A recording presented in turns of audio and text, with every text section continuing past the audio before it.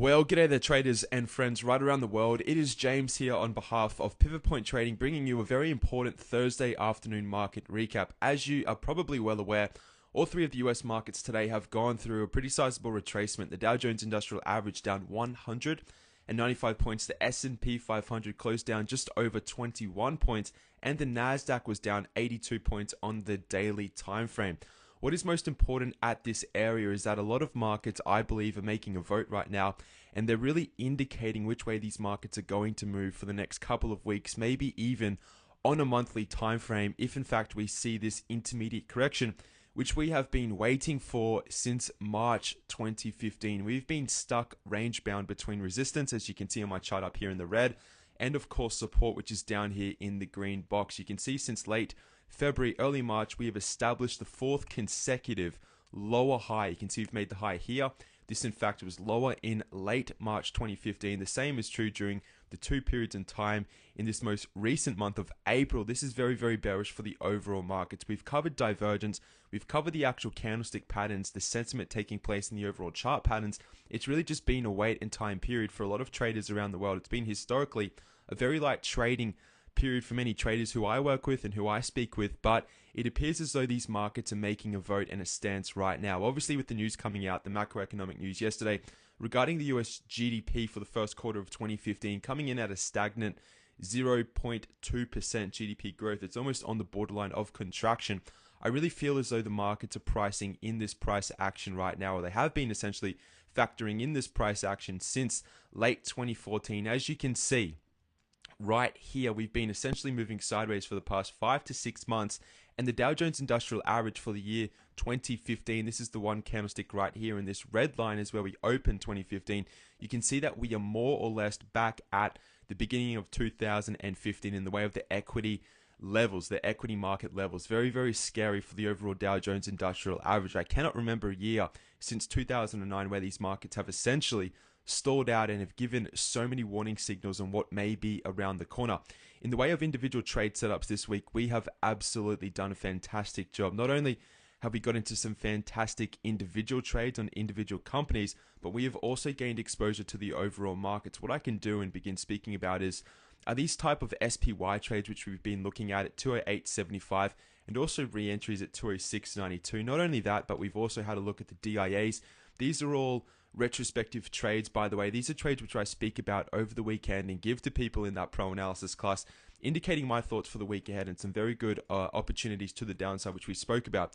Usually I hide these annotations, but because these trades are already moving and a lot of people are already into them, I'm not afraid right now to share these trades with you and just to say, look, if you're looking for a little bit of guidance and you need help figuring out what these markets are doing, and in the event that these markets actually roll over and we start to see movements back down to say 171 on the DIA and we go through a sizable correction, it's a really good opportunity to get in and learn something in the way of technical analysis, actually learn something education-wise before you go out there and start placing a bunch of, silly bullish trades in the face of this very, very bearish market. So not only have the SPYs triggered, the DIAs have triggered at 178.47. We're starting to push into these trades. We're not there fully invested yet on the short side, but we're getting very, very close. Personally, I didn't take the Qs, even though it is a good-looking trade. 107.46 was more or less the entry. You could have, slightly brought it up based on this candlestick right here, this hangman after filling the gap. But the DIA and the SPY trades, in and of themselves, are very good individual trade setups. Not only have we gotten market exposure, in the event that these markets roll over, there are also and have been some great individual trades since we spoke over the weekend. Now, this is all unscripted. This is me simply being humble and sitting down speaking to you. So I thought, why don't I quickly go through every single one of these stocks which we have spoken about over the weekend. Netflix is one which hasn't triggered yet. We've had a very bidirectional trade setup on this. It hasn't triggered. That's fine. IBM is actually a losing trade as at this video recording. So it was one of the winning trades at the beginning of the week at 172.66, but we have more than enough covered up for this one particular trade. If you're in this, just mitigate your risk. So you're really talking of about $2.80 of risk. If you have your stop at 169, it was a good looking breakout type of trade trigger, but this is what we call an evening star reversal candlestick pattern. So please pay attention to IBM. Don't be foolish. Do not be silly. This is a bearish reversal candlestick at a pivot point. So just make sure you mitigate risk on that particular trade. Goldman Sachs today sold back off to our entry. Yesterday's bullish gains have been essentially mitigated and they've been wiped out. A nice inside day candle down $2.14. This has really got a lot of bearish sentiment behind it. We're just waiting for that overall breakdown. GoPro today is starting to break below $50.67.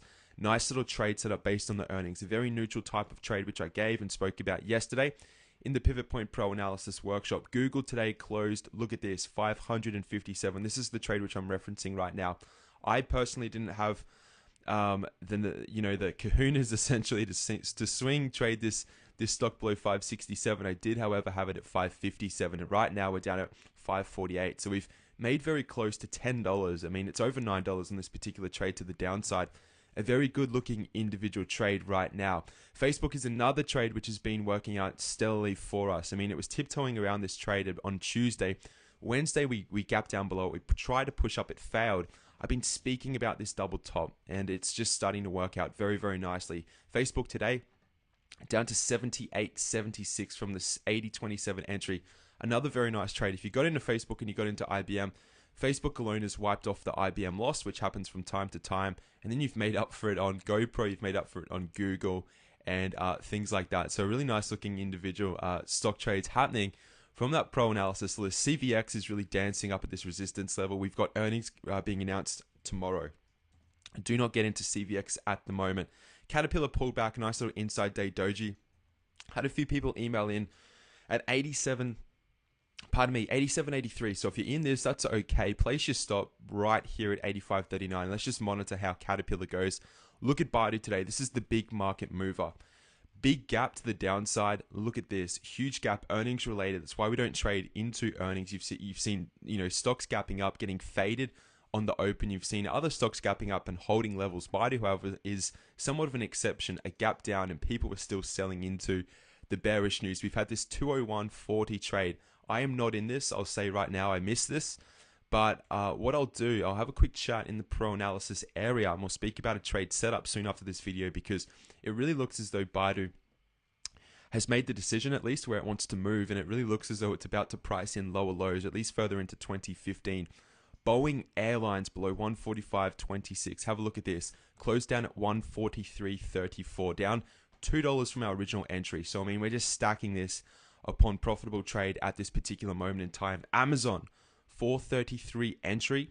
Here we are at 421. We've made $12 on this Amazon short since Monday alone. So again, when you talk about trades such as IBM, which haven't worked out, that's fine. But look at all of the ones which are looking very, very nice. In the IBM trade, for instance, we got in at 172.66. Here we are at 171.29. I mean, it's $1.40. And you're looking at these other trades which are just doing really, really well. Apple also, I'm not going to count this one because personally I didn't do it, and I told a lot of people why I wasn't placing this trade at 129. Reference this candlestick right here. I cannot tell you how important candlesticks are in the world of technical trading. I simply cannot stress just how important they are, but you can see what's happened. We've got the false breakout. Earnings has put the brakes on the breakout type of trade, and since then we've absolutely failed. Big expanding volume. I'm not in Apple, and I'm not looking to get into it at this particular moment in time. The only other ETF which I can reference at this particular moment in time is silver, and I'll always be as transparent as I possibly can when it comes to our trade setups, trade executions, and what trades we are actually tracking right now. Silver was doing fantastic at the beginning of the week. Monday, I mean, we got in at 15.44. And it was continuing up very, very nicely. I'm still yet to find out the reason for the commodities failure, even though I think the price of the US dollar has continued to sell off. Let me just double check this. I think it was a very bearish day in the dollar. It was somewhat to agree. At least we're setting up, what could be a double top. We'll soon see.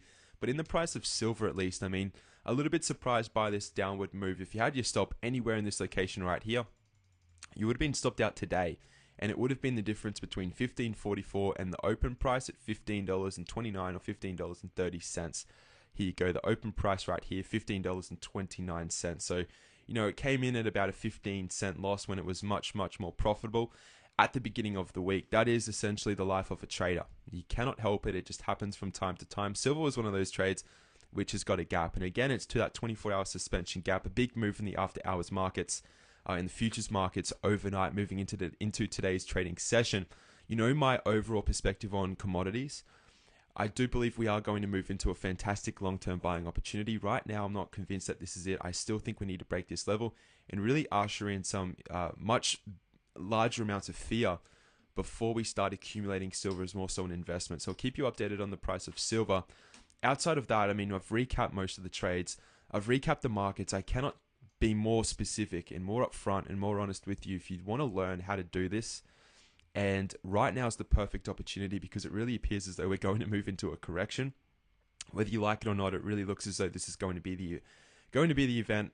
And I don't want it to be a surprise to anyone who's holding long positions as a swing trader or as a technical analyst, and they're saying, "Well, why is the market going down?" You don't need to put yourself in that position whatsoever. Not when someone else is willing to share with you analysis and steps to actual trade confirmation. So I'll leave it at that on Thursday afternoon. If you have any questions, email me. Have a great Thursday evening. It's been a great week of trading. I'll see you all. I'll probably have Friday off in the way of giving you a market update, but I'll speak to you over the weekend in that pro analysis class as always. Have a great Thursday evening, everyone. Goodbye.